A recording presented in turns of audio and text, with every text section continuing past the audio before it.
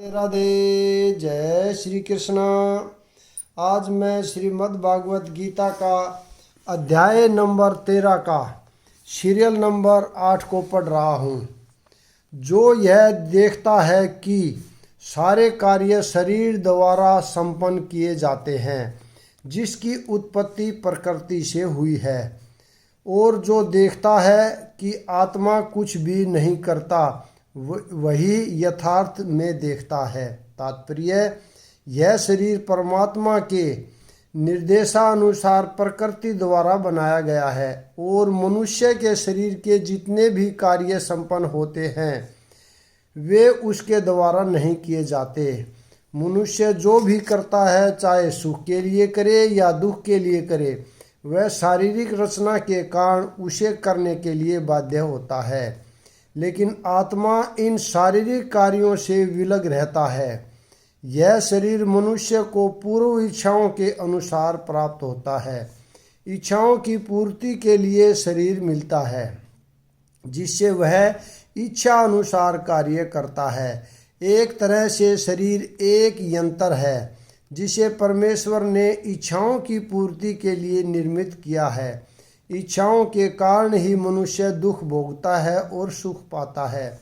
जब जीव में यह दिव्य दृष्टि उत्पन्न हो जाती है, तो वह शारीरिक कार्यों से पृथक हो जाता है। जिसमें ऐसी दृष्टि आ जाती है, वही वास्तविक दृष्टा है। जब विवेकवान व्यक्ति विभिन्न भौतिक शरीरों के कारण विभिन्न स्वरूपों को देखना बंद कर देता है और यह देखता है कि किस प्रकार से जीव सर्वत्र फैले हुए हैं, तो वह ब्रह्मबोध को प्राप्त होता है। जब मनुष्य यह देखता है कि विभिन्न जीवों के शरीर उस जीव की विभिन्न इच्छाओं के कारण उत्पन्न हुए हैं और वे आत्मा से किसी तरह संबंध नहीं है, तो वह वास्तव में देखता है। ध्यात्म बुद्धि के कारण हम किसी को देवता, किसी को मनुष्य, कुत्ता, बिल्ली आदि के रूप में देखते हैं। यह भौतिक दृष्टि है, वास्तविक दृष्टि नहीं है। यह भौतिक भेदभाव ध्यात्म बुद्धि के कारण है। भौतिक शरीर के विनाश के बाद आत्मा एक रहता है। यही आत्मा भौतिक प्रकृति के संपर्क से विभिन्न प्रकार के शरीर धारण करता है।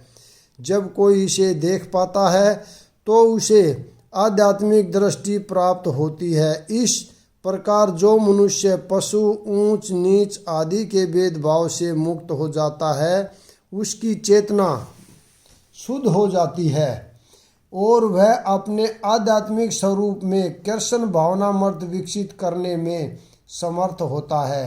तब वह मनुष्यों को जिस रूप में देखता है, उसे अगले श्लोक में बताया गया है। शाश्वत दृष्टि संपन्न लोग यह देख सकते हैं कि अविनाशी आत्मा दिव्य, शाश्वत तथा गुणों से अतीत है। हे अर्जुन, भौतिक शरीर के साथ संपर्क होते हुए भी आत्मा न तो कुछ करता है और न लिप्त होता है। तात्पर्य, ऐसा प्रतीत होता है कि जीव उत्पन्न होता है क्योंकि भौतिक शरीर का जन्म होता है, लेकिन वास्तव में जीव शाश्वत है। वह उत्पन्न नहीं होता और शरीर में स्थित रहकर भी वह दिव्य तथा शाश्वत रहता है। इस प्रकार वह विनष्ट नहीं किया जा सकता। वह स्वभाव से आनंद में है। वह किसी भौतिक कार्य में प्रवृत्त नहीं होता। अतएव भौतिक शरीरों के साथ उसका संपर्क होने से जो कार्य संपन्न होते हैं, वे उसे लिप्त नहीं कर पाते। यद्यपि आकाश सर्वव्यापी है, किंतु अपनी सूक्ष्म प्रकृति के कारण किसी वस्तु से लिप्त नहीं होता। इसी तरह ब्रह्म दृष्टि में स्थित आत्मा शरीर में स्थित रहते हुए भी शरीर से लिप्त नहीं होता। तात्पर्य, वायु, जल, कीचड़, मल तथा अन्य वस्तुओं में प्रवेश करती है, फिर भी वह किसी वस्तु से लिप्त नहीं होती। इसी प्रकार से जीव विभिन्न प्रकार के शरीरों में स्थित होकर भी अपनी सूक्ष्म प्रकृति के कारण उनसे पृथक बना रहता है। अतः इन भौतिक आँखों से यह देख पाना असंभव है कि जीव किस प्रकार इस शरीर के संपर्क में है और शरीर के विनष्ट हो जाने पर वह उससे कैसे विलग हो जाता है। कोई भी विज्ञानी इसे निश्चित नहीं कर सकता। हे भरतपुत्र, जिस प्रकार सूर्य अकेले इस सारे ब्रह्मांड को प्रकाशित करता है, उसी प्रकार शरीर के भीतर स्थित एक आत्मा सारे शरीर को चेतना से प्रकाशित करता है। तात्पर्य, चेतना के संबंध में अनेक मत है। यहाँ पर भगवत गीता में सूर्य तथा धूप का उदाहरण दिया गया है। जिस प्रकार सूर्य एक स्थान पर स्थित रहकर ब्रह्मांड को आलोकित करता है, उसी तरह आत्मा रूप सूक्ष्म कण शरीर के हृदय में स्थित रहकर चेतना द्वारा सारे शरीर को आलोकित करता है। इस प्रकार चेतना ही आत्मा का प्रमाण है। जिस तरह धूप या प्रकाश सूर्य की उपस्थिति का प्रमाण होता है, जब शरीर में आत्मा वर्तमान रहता है तो सारे शरीर में चेतना रहती है, किंतु ज्यों ही शरीर से आत्मा चला जाता है त्यों ही चेतना लुप्त हो जाती है। इसे बुद्धिमान व्यक्ति सुगमता से समझ सकता है। अतएव चेतना पदार्थ के संयोग से नहीं बनी होती।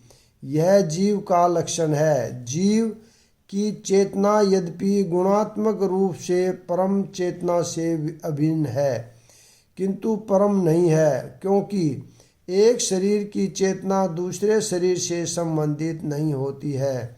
लेकिन परमात्मा जो आत्मा के सखा रूप में समस्त शरीरों में स्थित है, समस्त शरीरों के प्रति सचेत रहते हैं।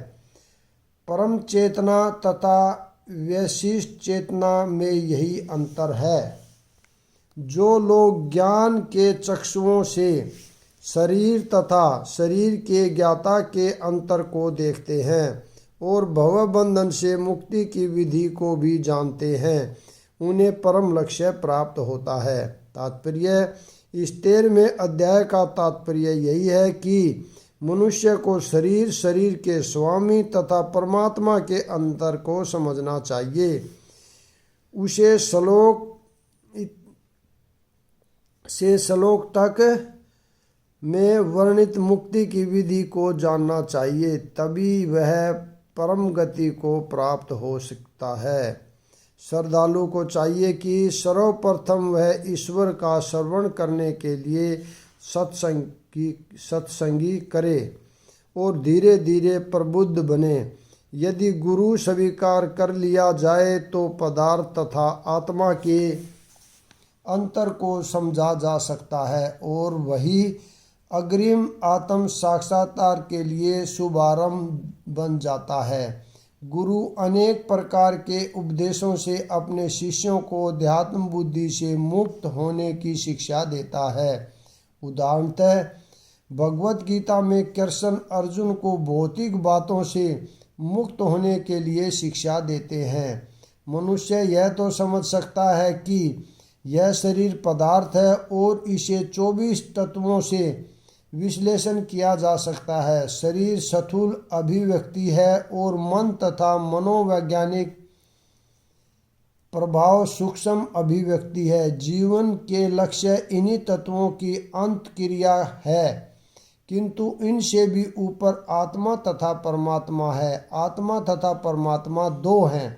यह भौतिक जगत आत्मा तथा 24 तत्वों के संयोग से कार्यशील है, जो संपूर्ण भौतिक जगत की इस रचना को आत्मा तथा तत्वों के संयोग से हुई मानता है और परमात्मा की स्थिति को भी देखता है। वही वैकुंठ लोक जाने का अधिकारी बन पाता है। ये बातें चिंतन तथा साक्षात्कार की हैं। मनुष्य को चाहिए कि गुरु की सहायता से इस अध्याय को भली भांति समझ ले। इस प्रकार श्रीमद् भागवत गीता के 13वें अध्याय प्रकृति पुरुष तथा चेतना का भक्ति वेदांत तात्पर्य हुआ। राधे राधे। जय श्री कृष्ण।